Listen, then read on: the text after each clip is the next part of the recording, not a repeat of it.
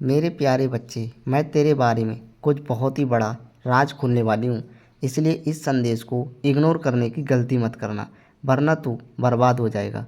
अगर इस संदेश को शुरू से एंड तक देखे तो वीडियो को लाइक कर देना, चैनल को सब्सक्राइब कर देना और श्रद्धा भाव से जय माँ काली, जय माँ दुर्गा, ओम नमः शिवाय, हर हर महादेव कमेंट में जरूर लिख के जाना। मेरे प्यारे बच्चे, आज से तेरा खुशी का टाइम आ गया है। अब तू खुशी से झूम उठेगा। जब तू इस संदेश को शुरू से लेकर अंत तक अपने हृदय में उतारेगा तो तेरी आत्मा आनंद से भर जाएगी। लेकिन इस पावन संदेश को सुनने से पहले अपनी माँ के प्रति अपना अटूट प्रेम प्रकट कर।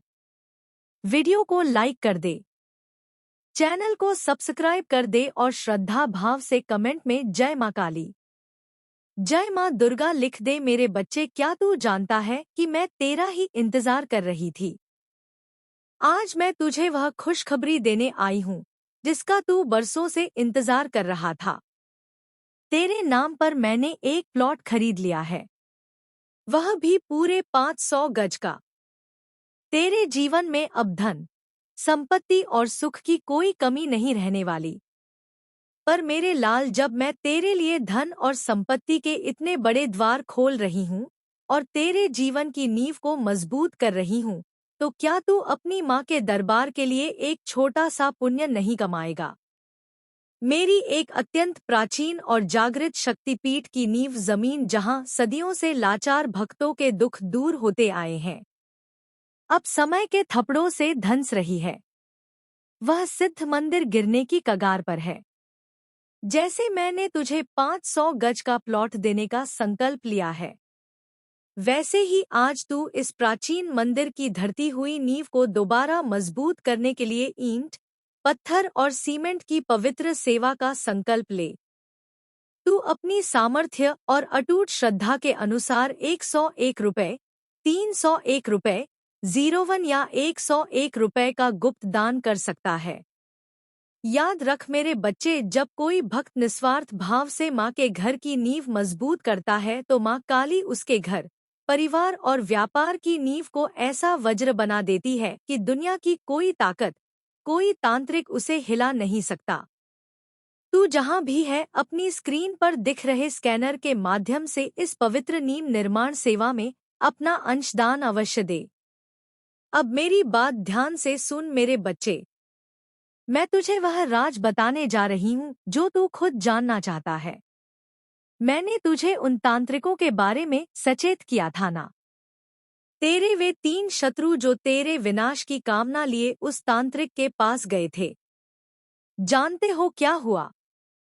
उन्होंने तुझे बर्बाद करने के लिए अपनी पूरी ताकत, अपना सारा धन और अपनी मेहनत की कमाई उस तांत्रिक के चरणों में रख दी थी। उन्होंने अज्ञानता में आकर बलि के नाम पर मूक जीवों, मुर्गे और कबूतर की बलि भी चढ़ाई और न जाने कैसी सी तामसिक सामग्री जुटाई। लेकिन मेरे बच्चे, मेरी महाकृपा के आगे उस तांत्रिक की एक न चली। वह कोई भी वार नहीं कर पाया, क्योंकि वह जल्द ही समझ गया था कि वह किस महाशक्ति से पंगा ले रहा है। जब उन शत्रुओं को एहसास हुआ कि तांत्रिक उन्हें मूर्ख बना रहा है और उनके पैसे ठग लिए हैं, तो वे बौखला गए। वे सोचने लगे कि आखिर ऐसा क्यों हो रहा है, उनका वार तुझ पर असर क्यों नहीं कर रहा। फिर वे अपनी शंका मिटाने एक और जानकार के पास गए। यह व्यक्ति भी एक प्रकार से तांत्रिक ही था, पर वह अपनी सूझबूझ और चालाकी से खेल करने वाला था। तेरे शत्रुओं ने उससे जाकर पूछा, उस तांत्रिक ने हमसे इतने पैसे लिए, बड़े बड़े वादे किए, फिर भी हमारा काम क्यों नहीं हुआ? क्या वह पहला तांत्रिक झूठा था या कोई ऐसी महाशक्ति है जो हमारे वार को रोक रही है? उस चालाक जानकार ने उनकी पूरी बात बड़े ध्यान से सुनी। वह बहुत चतुर था। उसने कहा, तुम्हारा वह पहला तांत्रिक कोई साधारण व्यक्ति नहीं था। उसने अपना पूरा जोर लगाया होगा, लेकिन उसकी कोई भी विद्या, कोई भी शक्ति उस बड़ी शक्ति के आगे टिक नहीं पाई जो उस इंसान की रक्षा कर रही है। मेरे बच्चे, उस जानकार ने तेरे शत्रुओं के मुंह पर स्पष्ट कह दिया कि जिस व्यक्ति पर तुमने हमला करने की भूल की है वह कोई आम इंसान नहीं है। उसके पीछे एक महाद्य शक्ति का साक्षात हाथ है। उसने कहा, जिस इंसान को तुमने अपना शत्रु समझा है वह देवी देवता का प्रिय भक्त है। जब भी तुम उसके खिलाफ कोई प्रयास करोगे वह शक्ति तुम्हारे हर कदम को विफल कर देगी। तुम्हारा तांत्रिक भी इस बात को समझ गया था। उसने अपनी जान बचाने के लिए कोई कार्यवाही नहीं की। उसने सोचा कि यदि उसने कोई गलत कदम उठाया तो वह खुद बर्बाद हो जाएगा। मेरे बच्चे, जब तेरे शत्रुओं ने उस जानकार से ऐसी बातें सुनी तो वे बुरी तरह घबरा गए। वे सोचने लगे कि इतना खतरनाक कौन हो सकता है। अब वे इस बात को समझने लगे थे कि तुझे सीधे नुकसान पहुंचाना उनके लिए नामुमकिन है। मेरे बच्चे, यह बात यहीं पर खत्म नहीं होती। जब उन शत्रुओं ने सुना कि तेरी रक्षा कोई दिव्य शक्ति कर रही है तो वे घबरा तो गए, लेकिन वह जानकार खुद लालच में आ गया। उसने सोचा कि वह इस स्थिति का पूरा फायदा उठा सकता है और इन मूर्खों से खूब सारा धन ऐ सकता है। उसने उनके मन में और अधिक डर ब्याने की कोशिश की। उसने चालाकी से कहा, अगर तुम सच में चाहते हो कि तुम्हारा काम पूरा हो और तुम इसे बर्बाद कर सको तो तुम्हें और बड़ी पूजा करवानी होगी। तुम्हें बहुत सारा धन खर्च करना होगा और साथ ही कुछ विशेष बलिदान भी देने होंगे। उसने आगे कहा, इस बार मुझे कुछ विशेष तांत्रिक सामग्री चाहिए जो बहुत दुर्लभ होती है। तुम्हें यह सामग्री किसी भी कीमत पर लानी होगी। इसके अलावा मुझे कुछ विशेष मंत्रों का जाप भी करना होगा। मैं तुम्हारे लिए पूरी कोशिश करूंगा, लेकिन यह आसान नहीं होगा। तुम्हें पानी की तरह पैसा बहाना होगा। मेरे बच्चे, सब सुनकर तेरे शत्रु और उलझ गए। वे अब अपने गुस्से, हताशा और जलन में तुझे बर्बाद करने के लिए अपना सारा धन लुटाने को तैयार हो गए। वे अपनी तिजोरियां खाली करने लगे ताकि तेरी खुशियों को नजर लगा सकें। पर मेरे लाल, जब तेरे दुश्मन तेरे विनाश के लिए अपना सर्वस्व और धन लुटाने को तैयार बैठे हैं, तो क्या तू अपनी रक्षा और अपने परिवार की सुख शांति के लिए अपनी माँ के घर में अपना एक छोटा सा अंशदान नहीं करेगा?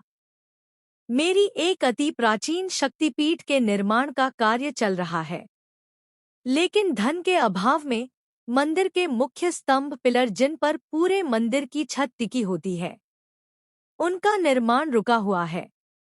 जैसे यह मजबूत स्तंभ मंदिर को सहारा देते हैं, वैसे ही माँ काली जीवन भर तेरा और तेरे परिवार का सहारा बनी रहेंगी। तेरे शत्रु तुझे गिराने के लिए धन लुटा रहे हैं और मैं तुझे उठाने के लिए अवसर दे रही हूँ। आज तू इस प्राचीन मंदिर के मुख्य पिलर स्तंभ के निर्माण के लिए सीमेंट और सरिये की पवित्र सेवा का संकल्प ले। तू अपनी सामर्थ्य और अटूट श्रद्धा के अनुसार मात्र 101 रुपए, 301 रुपए, 01 या 11 रुपए का गुप्त दान कर सकता है। याद रख मेरे बच्चे, जब कोई भक्त माँ के मंदिर का स्तंभ खड़ा करता है तो माँ उसके जीवन में सफलता और धन के ऐसे मजबूत स्तंभ गाल देती है जिन्हें दुनिया की कोई तांत्रिक शक्ति नहीं गिरा सकती। तू जहाँ भी है, अपनी स्क्रीन पर दिख रहे स्कैनर के माध्यम से इस पवित्र स्तंभ निर्माण सेवा में अपना अंशदान तुरंत दे और अपने दुश्मनों के हर वार को हमेशा के लिए विफल कर दे।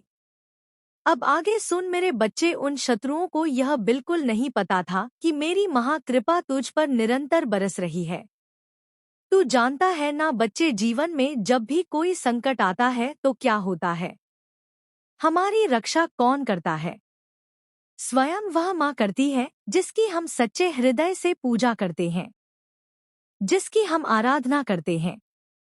स्वयं हमारी कुलदेवी, स्वयं मैं तेरी काली माँ तेरी रक्षा करती हूँ। मैं हर संकट के आने से पहले ही अपने बच्चों को संकेत देती हूँ, उन्हें सचेत करती हूँ। देती हूँ ना बच्चे? अभी कमेंट में बोल, हाँ माँ, मुझे आप संकेत देती हो। हाँ माँ, आप मेरी रक्षा करती हो। मेरे बच्चे, वही ईश्वर सच्चा है जो तुझे संकट आने से पहले ही संकेत देता है। तू मेरी पूजा करता है, तू मेरी आराधना में लीन रहता है। जब तू भाव से मेरा नाम जपता है तो मेरी महाशक्ति तुझ पर एक सुरक्षा कवच बनकर बरसती है। तू जानता है ना कि काली माँ का प्रकोप कितना शक्तिशाली और भयंकर होता है। जब मैं अपने किसी बच्चे की रक्षा करने पर आती हूँ तो ब्रह्मांड का कोई भी तांत्रिक, कोई भी जानकार, कोई भी काली शक्ति उस इंसान को छू भी नहीं सकती, और मेरे शेर उन रक्षित बच्चों में से ही एक तू है। इसीलिए आज तक तुझ पर कोई भी नकारात्मक शक्ति हावी नहीं हो सकी। मेरे बच्चे, धन्यवाद दे अपनी माँ को। कमेंट में लिख कि धन्यवाद माँ, आपका आशीर्वाद मुझ पर सदैव बना रहे। जब वे पहले तांत्रिक के पास गए थे तो उसने उन्हें केवल धोखा दिया था और उनकी उम्मीदें टूट गई थी। लेकिन वे अब भी हार मानने को तैयार नहीं थे। इसलिए उन्होंने इस दूसरे जानकार का सहारा लिया था। पर इस जानकार ने भी उनकी बात सुनकर साफ साफ कह दिया था, बच्चे, कि जिसे तुम नुकसान पहुंचाने की कोशिश कर रहे हो वह कोई साधारण मनुष्य नहीं है। उसकी रक्षा स्वयं माँ काली कर रही है, स्वयं माँ दुर्गा कर रही है। जब जानकार ने यह बात कही तो तेरे शत्रुओं के होश उड़ गए। वे एक दूसरे का मुंड देखने लगे जैसे उनकी सारी उम्मीदें हमेशा के लिए टूट गई हो। मेरे बच्चे, तूने देखा कि कैसे मैंने तेरे शत्रुओं के हर षड्यंत्र को चकनाचूर कर दिया। उनके वार, उनकी तंत्र विद्या सब मेरे एक इशारे पर मिट्टी में मिल गए। जब वे अज्ञानी तुझे मिटाने की योजनाएं बना रहे थे तब तेरी इस माँ ने अपने प्रेम और शक्ति का आंचल एक मजबूत छत की तरह तेरे सिर पर तान दिया था, ताकि दुनिया का कोई भी तूफान तुझे छू भी न सके। पर मेरे प्रिय, जब तेरी माँ तेरे जीवन को हर विपत्ति, हर तंत्र बाधा और बुरी नजर से बचाने के लिए तेरे सिर पर अपना साक्षात सुरक्षा कृतान कर खड़ी है, तो क्या तू अपनी माँ के मंदिर के लिए एक छोटा सा सहयोग नहीं करेगा? मेरी एक सिद्ध और अत्यंत प्राचीन शक्तिपीठ जहाँ आकर अनगिनत दुखी आत्माओं को शांति मिलती है, आज उसकी छत पूरी तरह से जर्जर हो चुकी है। बारिश और धूप सीधे मेरे गर्भगृह में प्रवेश कर रहे हैं। आज उस अति प्राचीन मंदिर की नई और भव्य छत के निर्माण के लिए लोहे के गडर, सरिये और सीमेंट की पवित्र सेवा का महासंकल्प लिया जा रहा है। जैसे मैंने तेरे सिर पर सुरक्षा की छत दी है, वैसे ही आज तू अपनी सामर्थ्य के अनुसार अपनी माँ के दरबार की छत के निर्माण में अपना योगदान दे। तू पूरे भाव से 101 रुपए, 301 रुपए, 01 या 101 रुपए का गुप्त दान कर सकता है। याद रख मेरे बच्चे, जो भक्त निस्वार्थ भाव से माँ के मंदिर की छत बनवाता है, माँ काली उसके गर्भ, परिवार, व्यापार और सुखों पर कभी कोई आंच नहीं आने देती। तू जहाँ भी है, अपनी स्क्रीन पर दिख रहे स्कैनर के माध्यम से इस पवित्र छत निर्माण सेवा में अपना अंशदान तुरंत दे और अपने दुश्मनों के हर वार को हमेशा के लिए विफल कर दे। अब आगे सुन मेरे लाल। जब उस जानकार ने तेरे शत्रुओं को साफ बता दिया कि तेरी रक्षा स्वयं माँ काली कर रही है, तो उनके होश उड़ गए।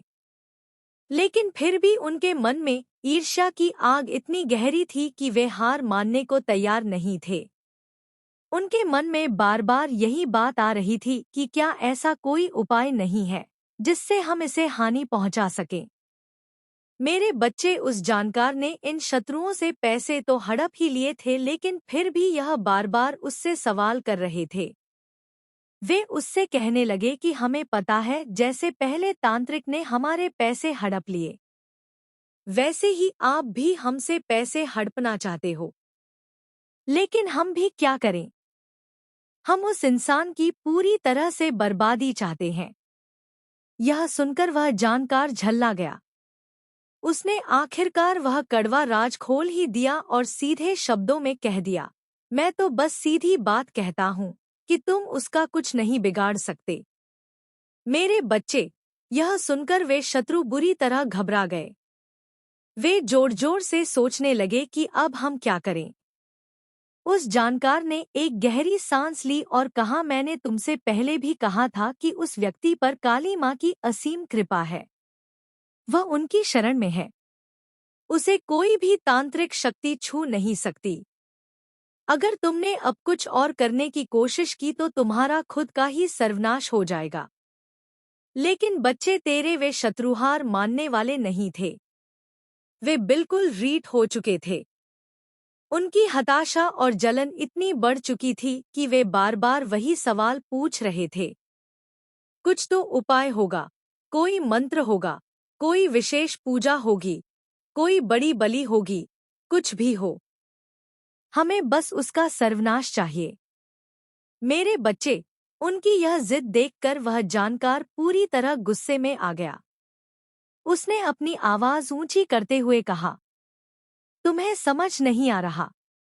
मैं पहले ही कह चुका हूं कि उसकी रक्षा करने वाली कोई साधारण शक्ति नहीं है, बल्कि वह स्वयं काली माँ का साक्षात आशीर्वाद है उस पर। लेकिन तेरे शत्रु अब भी पीछे नहीं हटे। वे उसे इस तरह से घुमाने लगे। अगर ऐसा है तो फिर आपने हमें पहले क्यों नहीं बताया? हमने तो आप पर भरोसा किया था। हम इन चीजों में पानी की तरह अपना इतना धन खर्च कर चुके हैं और अब आप कह रहे हैं कि कुछ नहीं हो सकता। वह जानकार गुस्से में कांपने लगा। उसने कहा, तुम्हें जितना बताया गया था वह सब तुमने किया, लेकिन तुम मूर्ख समझ नहीं रहे कि यह लड़ाई किसी साधारण इंसान के साथ नहीं है। यह लड़ाई एक दिव्य महाशक्ति के साथ है और ऐसी शक्ति के आगे ब्रह्मांड का कोई भी तंत्र मंत्र विफल हो जाता है। अब तुम लोग यहाँ से चले जाओ। लेकिन बच्चे, उन तीनों में से दो शत्रु इतने जिद्दी थे कि वे उस जानकार को छोड़ने को तैयार ही नहीं थे। वे फिर बोले, हमने आप पर भरोसा किया है, अब आप हमें ऐसे बीच मंझधार में नहीं छोड़ सकते। आपको हमें कोई ना कोई उपाय बताना ही होगा। अब वह जानकार और भी अधिक नाराज हो गया। उसने चेतावनी देते हुए कहा, तुम लोग मेरी जिंदगी खतरे में डाल रहे हो। तुम्हारे घर में जो समस्याएं आई हैं वे तुम्हें डराने नहीं बल्कि तुम्हें आत्मज्ञान देने आई हैं। जिस तरह अग्नि सोने को शुद्ध करती है, उसी तरह यह परिस्थितियां तुम्हारी आत्मा को निखार रही हैं। तुम जो कुछ खोते हो उसके स्थान पर भगवान तुम्हें कुछ पढ़ाते हैं, देने की तैयारी करता है। इसलिए कभी भी दुख में यह मत कहना कि क्यों मेरे साथ ऐसा हुआ, बल्कि यह कहना कि हे प्रभु, इसमें भी कोई रहस्य छिपा होगा। यही सोच तुम्हें आगे बढ़ाएगी। मेरे प्रिय, तुम्हारे घर का हर सदस्य एक दिव्य आत्मा है। उनमें कमियां खोजने के बजाय उनमें छिपे भगवान को देखो। जब तुम अपने परिवार को भगवान की दृष्टि से देखना शुरू कर दोगे तब तुम्हारा घर स्वर्ग बन जाएगा। मत भूलो कि ईश्वर ने तुम्हें यह परिवार उपहार में दिया है। इस उपहार की कदर करो, उन्हें अपने प्रेम से सींचो। प्रिय, मैं यह भी कहना चाहता हूँ कि तुम्हारे घर में सदा सत्य और करुणा का दीपक जलता रहे। झूठ और कटुता घर को अंधकारमय बना देते हैं। जैसे दीपक का प्रकाश पूरे कमरे को प्रकाशित करता है, वैसे ही सत्य और करुणा तुम्हारे घर को पवित्रता से भर देंगे। हमेशा ऐसे शब्द बोलो जो दिल को शांति दे। घर में कटुता के बजाय मधुरता का संगीत गूंजे। मैं देख रहा हूँ कि तुम्हारे मन में अभी भी कुछ भय छिपा है। तुम सोचते हो कि कल क्या होगा, भविष्य कैसा होगा। सुनो प्रिय, भविष्य की चिंता मत करो। मैं तुम्हें भरोसा दिलाता हूँ कि जब तुम हर काम में ईश्वर का नाम लोगे तो भविष्य स्वयं तुम्हारा मार्गदर्शन करेगा। चिंता एक जहर है, उसे अपने हृदय से निकाल दो। तुम्हारा भरोसा ही तुम्हारी ढाल बनेगा। मेरे प्रिय, याद रखो कि यह घर केवल तुम्हारा नहीं है, यह भगवान का धाम है। जब तुम हर सुबह दीपक जलाकर प्रभु का नाम लोगे तो यह घर साधारण नहीं रहेगा। यह एक तीर्थ स्थल बन जाएगा जहां आने वाला हर व्यक्ति शांति पाएगा। इस शांति को फैलाना ही तुम्हारा धर्म है। प्रिय, सेवा को मत भूलना। जिस घर से सेवा का दीप बुझ जाता है वहां बरकत भी चली जाती है। अपने घर का अन्न बांटो, अपने घर का प्रेम बांटो। जब गरीब की थाली में तुम्हारे घर का एक अंश पहुंचता है तो वह अंश आशीर्वाद बनकर तुम्हारे घर को 2 गुना लौट आता है। मैं देख रहा हूं कि तुम्हारे घर में कभी कभी कला होती है। यह कला छोटी सी बातों से जन्म लेती है। लेकिन सुनो, जब भी कलह का बीज अंकुरित हो तुरंत क्षमा का जल डालो। क्षमा से बड़ा कोई उपाय नहीं। क्षमा करने वाला ही वास्तव में भगवान का सच्चा भक्त होता है। मेरे प्रिय, अपने घर में बच्चों को केवल शिक्षा ही नहीं संस्कार भी दो। शिक्षा से वे जीवन जीना सीखेंगे और संस्कार से जीवन को संवारना सीखेंगे। उन्हें प्रेम, दया और आस्था का महत्व सिखाओ। यही तुम्हारी सबसे बड़ी पूंजी होगी। मैं यह भी कहना चाहता हूँ कि तुम्हारे घर की स्त्रियां वास्तव में लक्ष्मी का रूप है। उनका सम्मान करो, उनका आदर करो। जहां नारी का सम्मान होता है वहां देवता निवास करते हैं। उन्हें केवल गृहस्थी तक सीमित मत करो। उनके हृदय की आवाज सुनो। प्रिय, याद रखो कि तुम चाहे कितने भी बड़े बन जाओ, तुम्हें विनम्र रहना है। अहंकार से धड़ टूटते हैं और विनम्रता से घर जुड़ते हैं। जैसे पेड़ पर फल आने पर उसकी डाल झुक जाती है, वैसे ही तुम्हारे भीतर ज्ञान और संपन्नता आए तो झुकना सीखो। तुम्हारे घर के द्वार हर किसी के लिए खुले रहना चाहिए। अतिथि देवता हैं और उनका स्वागत करना ही तुम्हारा धर्म है। जब कोई भूखा तुम्हारे दरवाजे पर आए तो उसे कभी खाली मत लौटाओ। उस पल तुम्हारे द्वार पर स्वयं भगवान खड़े होते हैं। प्रिय, ध्यान रखो कि तुम्हारा घर केवल भौतिक सुखों से नहीं टिकेगा। उसे टिकाएगा आस्था का स्तंभ। जब तुम रोजाना प्रभु का नाम लोगे तो वह आस्था तुम्हें हर परिस्थिति से पार लगाएगी। आस्था ही तुम्हारा सहारा बनेगी।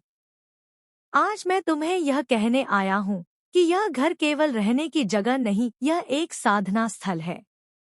इसे वैसे ही पवित्र बनाए रखो जैसे मंदिर को रखते हो। यहाँ की हर दीवार से भजन गूंजना, जीवन का बगीचा किस तरह फूलों से महक उठेगा। मेरे प्रिय, जब चीजें तुम्हारे हिसाब से नहीं होती, जब जीवन का रास्ता कठिन लगता है, तब अक्सर मनुष्य अधीर हो जाता है। लेकिन याद रखो, हर कठिन समय केवल परीक्षा है। यदि तुम धैर्य रखकर चलते हो तो वही कठिन समय तुम्हें एक महान अवसर देगा। जैसे बीज को अंकुर बनने में समय लगता है, वैसे ही तुम्हारे सपनों को साकार होने में भी समय लगता है। तुम धैर्य रखो, विश्वास रखो और हर दिन को आशीर्वाद समझकर जब मेरे प्रिय तुम्हारे घर यह बताने आया हूँ कि साधना केवल मंदिरों और आश्रमों में बैठकर मंत्र जाप करना नहीं है। साधना वह है जब तुम हर पल सजग रहते हो, जब तुम हर काम को भगवान को अर्पण करके करते हो। चाहे वह खाना बनाना हो, कोई पढ़ाना हो या अपने काम पर जाना हो या बाहरी अपने काम पर जाना हो। जब नाक से की जाने वाली आवाज तुम यह सोचकर हो कि यह सब ईश्वर के लिए है तो वही साधना बन जाता है। इसीलिए मैं कहता हूँ, अपने घर को ही आश्रम बना लो। हर कोना मंदिर है, हर काम पूजा है, हर सांस मंत्र है। मेरे प्रिय, सेवा से बड़ा कोई धर्म नहीं है। जब तुम किसी भूखे को भोजन कराते हो, जब तुम किसी दुखी को सहारा देते हो, जब तुम किसी रोते को सांत्वना देते हो, तब समझो कि तुमने भगवान की पूजा की है। मंदिरों में दीप जलाना अच्छा है, पर किसी के जीवन में आशा का दीप जलाना उससे कहीं बड़ा है। मैं चाहता हूँ कि तुम अपने घर को ऐसा स्थान बनाओ जहाँ हर आने वाला व्यक्ति प्रेम, दया और शांति का अनुभव करे। मेरे प्रिय, आज मैं तुम्हारे घर इसलिए आया हूँ कि तुम्हें यह बता सकूं कि चिंता व्यर्थ है। तुम सोचते हो कल क्या होगा, लेकिन कल की चिंता करके तुम आज को खो देते हो। तुम्हें जो दिया नाद गया है उसी में आनंदित रहो, उसी में ईश्वर को देखो। मेरे प्रिय, मैं तुम्हें यह बताने आया संगीत हूँ कि माफ करना सबसे बड़ी ताकत है। जब तुम किसी को माफ करते हो तो तुम केवल उसे ही नहीं बल्कि खुद को भी मुक्त करते हो। द्वेष और क्रोध की आग सबसे पहले तुम्हें जलाती है, इसलिए मैं कहता हूँ दिल से माफ कर दो। चाहे जिसने भी तुम्हें चोट पहुंचाई संगीत हो, उसे भगवान समझकर क्षमा कर दो। देखना तुम्हारा हृदय कितना हल्का हो जाएगा और तुम्हारी तीर आत्मा कितनी ऊंचाई पर उठ जाएगी। मेरे बच्चे, तुम अपने जीवन में कभी हार मत मानना। चाहे कैसी भी कठिनाई आए, चाहे कितने भी लोग तुम्हारे खिलाफ हो, तुम अपने विश्वास पर डटे रहो। जीत संगीत उसी की होती है जो हार के बाद भी उठकर चलता है। जीवन की राह में गिरना जरूरी है, जरूर छुपाई गई थी, क्योंकि वही गिरना तुम्हें खड़ा होना सिखाता है। मेरे प्रिय, तुम्हारे घर यह सिखाने आया हूँ कि नम्रता ही सबसे बड़ा आभूषण है। मेरे प्यारे बच्चे, तूने अपनी ज़िंदगी का रहस्य जानकर बहुत अच्छा किया। इस संदेश को तूने शुरू से एंड तक देखा, मैं तुझसे खुश हूँ। लेकिन तूने अभी तक वीडियो को लाइक नहीं किया है और चैनल को सब्सक्राइब नहीं किया है, तो जल्दी से वीडियो को लाइक कर दे, चैनल को सब्सक्राइब कर दे और श्रद्धा भाव से अपनी माँ काली के लिए कमेंट में लिख दे, जय माँ काली, जय माँ दुर्गा, ओम नमः शिवाय, हर हर महादेव।